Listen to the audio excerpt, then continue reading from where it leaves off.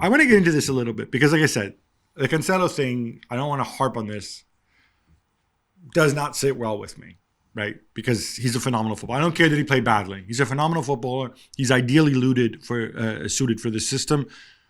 I know Rico Lewis got a lot of praise and everything, but he's a guy who didn't even figure in the plans in the summer. So, it's a bit...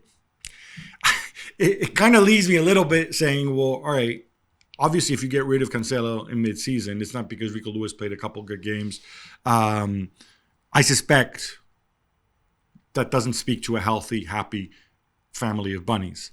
Equally, I look at that. I look at Calvin Phillips. I know he's been injured. He comes here. This dude doesn't seem to ever play, right?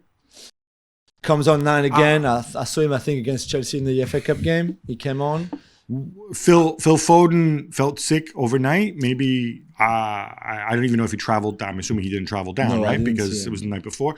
All these things coming together at the wrong time, and then is he proving a point? Because look, Akanji's fine, but these other guys are better players. The people who they're keeping on. De Bruyne is a better player than who you're putting on the pitch. Yeah, I think the De Bruyne on the bench is just a tactical choice that he made. He went for the... De Bruyne doesn't really have a position in the 4-2-4 formation. You can play him next to Rodri, but that's not really his game. I mean, I'm not sure it's Bernardo's game very much, but anyway, that's another matter.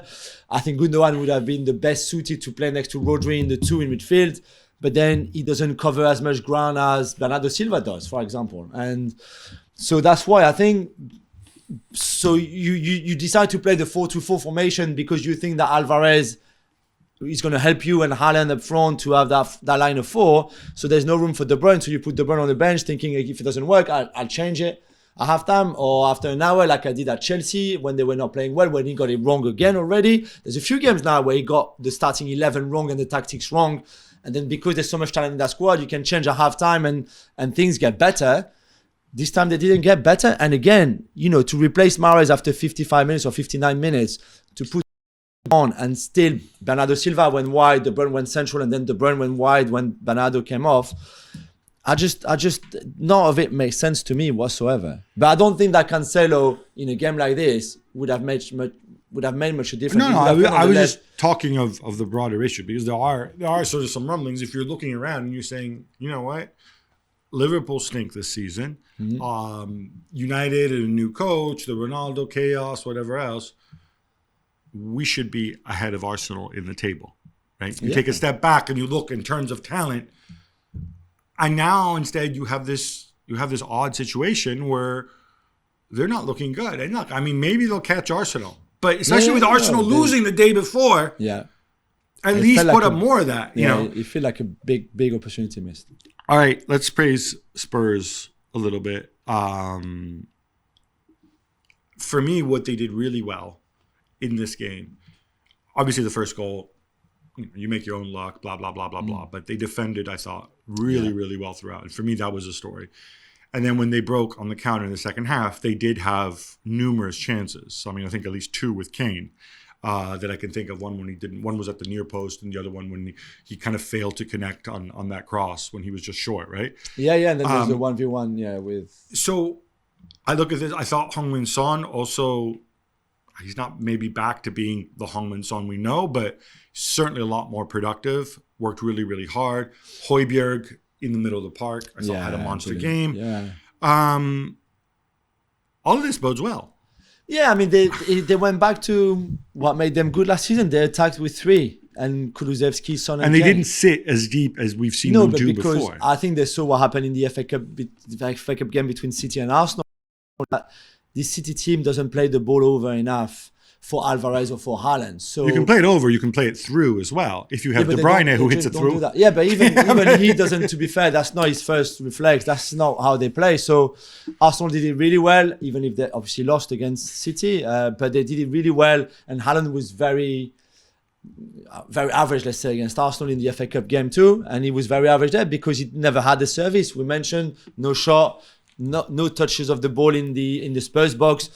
Because of the way Spurs defended, they defended well. At times, he was still a bit wonky, let's put it that way. And Romero got sent off because he still makes some crazy decisions of like, I'm going to tackle you, Haaland 70 yards away from my goal, where there's no need to. So Takes a yellow, so unnecessary.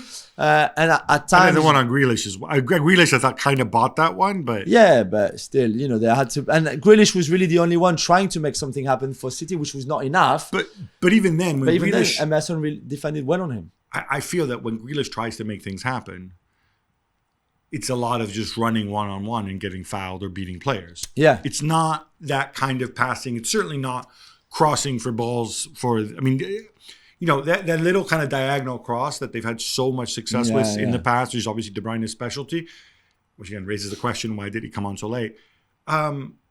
Grealish doesn't, it's not a natural part of Grealish's game. No, definitely not. It was a part of Cancelo's game, funny enough, but hey, let's leave that out.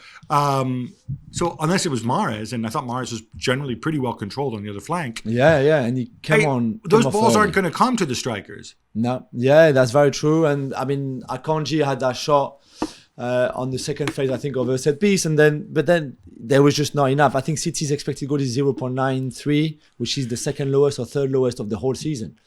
And you know, when you look at the games that they lost or the game where they haven't played well, it's often because it's too sloppy, it's too slow, the tempo is not high enough. And Spurs, what Spurs wanted is to avoid the transition from City, and they did that really, really well. Only really we mentioned the Mahrez shot under the crossbar was the one time where Spurs were caught a little bit on that kind of transition move.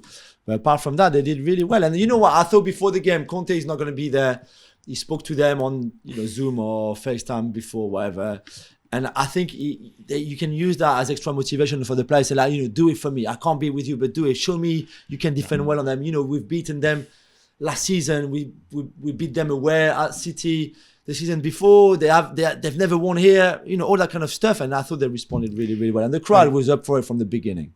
I think also we should point out that, since you made a big deal of the fact that they lost at Spurs every time they've been there under Pep, how about the fact that every single time Christian Stellini fills in for Antonio Conte, 3 times at Inter, at Marseille in the Champions League, and now the man is undefeated. Exactly. In fact, the man has won every single game. And his name, you know why? Because Stellini means little star. Yes. He's a little star ready to grow bigger. I have to say, I love him.